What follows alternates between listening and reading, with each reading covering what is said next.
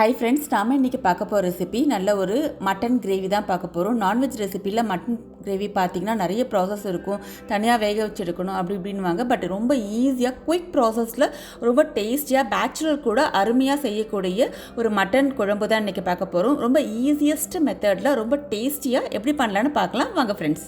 ஒரு குக்கரில் நல்லெண்ணெய் விட்டுருக்கேன். கூடவே ஒரே ஒரு டீஸ்பூன் சும்மா பேருக்கு கொஞ்சமாக கடுகு தாளிச்சிக்கலாம். இது கூட மெயினான அன்னாச்சி பூ, பட்டை, கிராம்பு, அந்த ஹோல் கரம் மசாலான்னு சொல்லுவோம் இல்லையா, அது எல்லாமே நீங்கள் தாளிச்சிக்கலாம். கூடவே ஒரு சின்ன டீஸ்பூனில் கொஞ்சம் சோம்பு சேர்த்து தாளிச்சிக்கலாம்.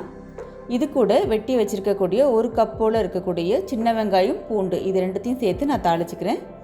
இது நல்லா வதங்கிடணும். வதங்கின பிறகு இது கூட ஒரு 2 மீடியம் சைஸ் தக்காளி, ஒரு 2 பச்சை மிளகா கீரி சேர்த்துருக்கேன். இது கூட கொஞ்சமாக உப்பு சேர்த்து நல்லா வதக்கி எடுத்துக்கலாம். வெங்காயம் தக்காளி வதங்கின பிறகு இது கூட ஒரே ஒரு டீஸ்பூன் அளவுக்கு நான் இஞ்சி பூண்டு பேஸ்ட்டு சேர்த்துக்கிறேன். ஏன்னா மசாலாலே நம்ம சேர்க்க போகிறோம், அதனால் இதுக்கு ஒரு டீஸ்பூன் அளவுக்கு தான் நான் சேர்த்துருக்கேன். இந்த இஞ்சி பூண்டு டேஸ்ட்டு, அதாவது பச்சை வாடை போனதுக்கப்புறமா இது கூட வாஷ் பண்ணி உப்பு மஞ்சப்பொடி போட்டு நல்லா சுத்தமாக வாஷ் பண்ணி அது தண்ணியெல்லாம் இருத்து வச்சுருக்கக்கூடிய மட்டன் பீசஸும் நம்ம இது கூட ஆட் பண்ணிக்கலாம். இது எல்லாம் நல்லா அந்த ஜூஸ் வெளில வர வரைக்கும் நல்லா வதக்கி எடுக்கணும். அதுக்காக நான் ஒரு 5 நிமிஷம் போல் தட்டு போட்டு மூடி வச்சுருக்கேன். இன் பிட்வீனில் நம்ம மசாலா அரைச்சிக்க போகிறோம். இது கூட ஒரு டீஸ்பூன் அளவுக்கு மிளகு, சோம்பு, பெருஞ்சீரகம், ஒரு 3 கிராம்பு, சின்ன துண்டு இஞ்சி, சின்ன துண்டு கொஞ்சமாக ஒரு 4-5 பல் வரைக்கும் நீங்கள் பூண்டு ஆட் பண்ணிக்கலாம். ஒரு 4-5 சின்ன வெங்காயம், கூடவே ஒரு 2 கைப்பிடி போல் தேங்காய், இது எல்லாத்தையும் சேர்த்து நல்லா ஒட்டுக்கா ஒரு பேஸ்ட்டாக அரைச்சி எடுத்துக்கோங்க. அரைச்சிட்டு அடுத்தது பார்க்கலாம். இப்போ குக்கரை திறந்து காட்டுறேன் பாருங்கள். அந்த ஜூஸ் எந்த அளவுக்கு வெளியில் வந்திருக்கு பாருங்கள். அந்த மட்டன்லேருந்து அந்த ஜூஸ் வெளில வர வரைக்கும் நீங்கள் வதக்கி எடுத்துக்கணும். அதுதான் சரியான பக்குவமாக இருக்கும். ஆல்ரெடி நம்ம மஞ்சத்தூள் போட்டு வாஷ் பண்ணியிருந்தாலும் இந்த ஸ்டேஜில் கொஞ்சம் மஞ்சப்பொடி சேர்த்துக்கலாம். கூடவே கொஞ்சமாக சீரகத்தூள், கொஞ்சமாக குழம்பு மிளகாய் தூள் சேர்த்துக்கிறேன். கூடவே கொஞ்சமாக கறி மசாலா தூள், இதுக்கு தேவையான அளவுக்கு உப்பு சேர்த்துக்கலாம். இந்த மசாலா பொடியெல்லாம் எப்படி அரைக்கின்ற லிங்க் நான் கீழே டிஸ்கிரிப்ஷனில் கொடுக்குறேன், பார்க்காதவங்க பார்த்துக்கலாம். இது எல்லாமே ஹோம்மேட்.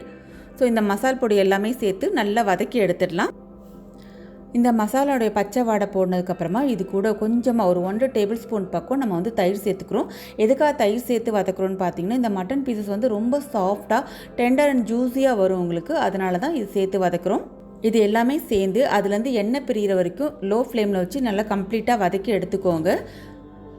நம்ம தனியாக வேக வைக்காமல் இந்த மாதிரி ஒரே குக்கரில் 1 பாட் ரெசிபி மாதிரி நம்ம செய்கிறது போது பார்த்திங்கன்னா அதோட ஜூஸ் எல்லாமே அதிலே ஸ்டோர் ஆகுதுனால இந்த மட்டன் கிரேவி பார்த்திங்கன்னா அல்டிமேட் டேஸ்ட்டில் இருக்குங்க. இது வரைக்கும் நீங்கள் சாப்பிடாத டேஸ்ட்டில் இருக்கும். இந்த மாதிரி ஒரு வாட்டி ட்ரை பண்ணி பாருங்கள், சூப்பராக இருக்கும். இப்போ அதுலேருந்து ஆயில் பிரிஞ்சதுக்கப்புறமா கொஞ்சமாக நம்ம கருவேப்பிலை இந்த ஸ்டேஜில் சேர்த்துக்கலாம். சேர்த்துட்டு இது கூட தேவையான அளவுக்கு தண்ணி விட்டுக்கலாம். ரொம்ப தண்ணி விட வேண்டாம். அந்த மட்டன் வேகிற அளவுக்கு தேவையான அளவுக்கு மட்டும் தண்ணி விட்டு நல்ல ஒரு கொதி வரட்டுங்க. இந்த மாதிரி எல்லாம் சேர்ந்து ஒரு கொதி வந்ததுக்கப்புறமா நீங்கள் குக்கரோடைய லிட் போட்டு மூடி அதுலேருந்து ஸ்டீம் வந்ததுக்கப்புறமா நீங்கள் வெயிட் போட்டிங்கன்னா எக்காரணத்தை கொண்டு குக்கர்லேருந்து உங்களுக்கு அது லீக் ஆகாது. ஒரு 4-8 விசில் வரைக்கும் நீங்கள் வச்சுக்கலாம். அது உங்களோட மட்டன் இதை பொறுத்து இருக்குது. ரொம்ப எலசாக இருந்தால் ஒரு 3 to 4 விசில்லே உங்களுக்கு வெந்துடும். கொஞ்சம் ஹார்டாக இருந்துச்சுன்னா 4 to 7 விசில்ஸ் வரைக்கும் வாங்கும். இப்போ பாருங்கள், நான் குக்கரை ஓப்பன் பண்ணி காட்டுறேன். அதில் மேலே எதுவுமே லீக் ஆகலை பாருங்கள், அந்தளவுக்கு நீட்டாக இருந்துச்சு.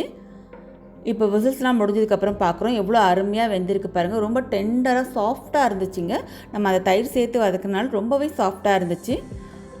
நீங்கள் மிக்சடாக இந்த மாதிரி தேங்காயெலாம் அரைச்சி விட வேணாம்னு நினச்சிங்கன்னா இந்த ஸ்டேஜோடு நீங்கள் ஆஃப் பண்ணிக்கலாம். அப்படி வேண்டாம்னு நினச்சிங்கன்னா நீங்கள் இந்த மாதிரி நம்ம அரைச்சி வச்சுருக்கோம் இல்லையோ இந்த மசாலாவை இந்த ஸ்டேஜில் நீங்கள் ஆட் பண்ணிக்கோங்க. ஆட் பண்ணி நல்லா கலந்து விட்டுருங்க. கலந்து விட்டு ஒரு 5 to 7 மினிட்ஸ் போல் கொதிக்கட்டும். தேங்காய் சேர்த்ததுக்கப்புறம் ரொம்ப நேரம் கொதிக்கக்கூடாது. ஒரு 5 to 7 மினிட்ஸ் கொதிச்சா போதும். கொதிச்சதுக்கப்புறமா நம்ம பார்க்கலாம். அவ்வளோதான், நல்லா கொதிச்சிச்சு பாருங்கள். இந்த மாதிரி குழம்பு தலபுலன்னு நல்லா அருமையாக கொதிக்கணும். நல்ல ஃப்ளேவர் ரிச்சாக இருக்குங்க இந்த குழம்பு. இந்த கிரேவி பார்த்திங்கன்னா இது வரைக்கும் நீங்கள் சாப்பிடாத டேஸ்ட்டில் இருக்கும். பட் ரொம்ப குயிக் ப்ராசஸில், ரொம்ப ஈஸி ப்ராசஸில் நீங்கள் பண்ணிட முடியும். ஈஸியாக சட்டுன்னு ஒரே குக்கரில் அருமையாக பண்ணிட முடியும். ஆறுனதுக்கப்புறம் இந்த கன்சிஸ்டன்சியில் தான் உங்களுக்கு இருக்கும். அவ்வளோதான் ஃப்ரெண்ட்ஸ், அருமையான மட்டன் குழம்பு சுட சுட சூப்பராக ரெடி ஆகிடுச்சு.